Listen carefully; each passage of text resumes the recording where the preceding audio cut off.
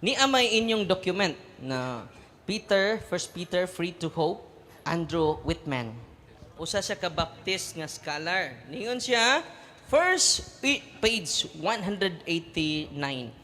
First, we know, basa dia, from the writings of the Christian authors, Tertullian, 203 AD, and Eusebius, 325 AD, that the Apostle Peter was based in Rome.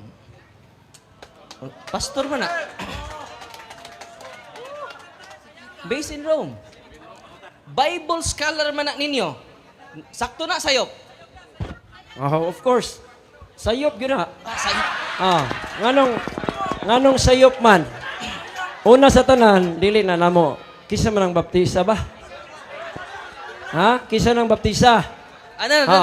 Karon, unsa may Andrew Whitman is a pastor of Baptist Church. karon, pangutana. Ingani. Ang pangutana, apil na sa untubag. Pangutana, history books ni? Kung di ni history books, Kauban nimo? kung naan ni siya, ang kauban di ay perfect. Kani among kauban, kinahanglan niya ning pamatud-an, kay ang Britannica nag-ingon, wala historical evidence. So dalaan ni diri nako, kay akong Sunod pangutana. Unya ra, si sunod na, apay 1 minute. Ingon ang ako ang reference, there is no historical evidence. Kana pod wa mo pud ning ingon ba di ay? Unya karon dili man na namo dili man na history books number 1. Unya di po na namo kauban. Baptist Bible sa Baptista. Bible Baptist. Wa gyud ko kailhana. Wa ka kailhana. Karon ako ning kuana ninyo. Pag-ila-ila sa mo. I have Time. Sunod pangutana. sige. Ni ano po Baptist? Handy Dictionary of the Bible, Merrill Tinney, page 121.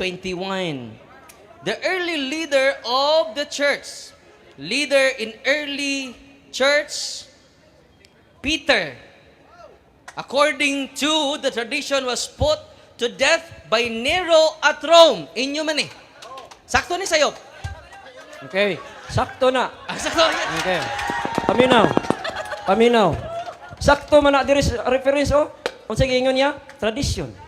Unya unsa man ang tradition pa din? Nagsabot kag tradition? Kasi wa kag sabot tradition. 1 minute ha. Patit-on ti kag unsay meaning tradition.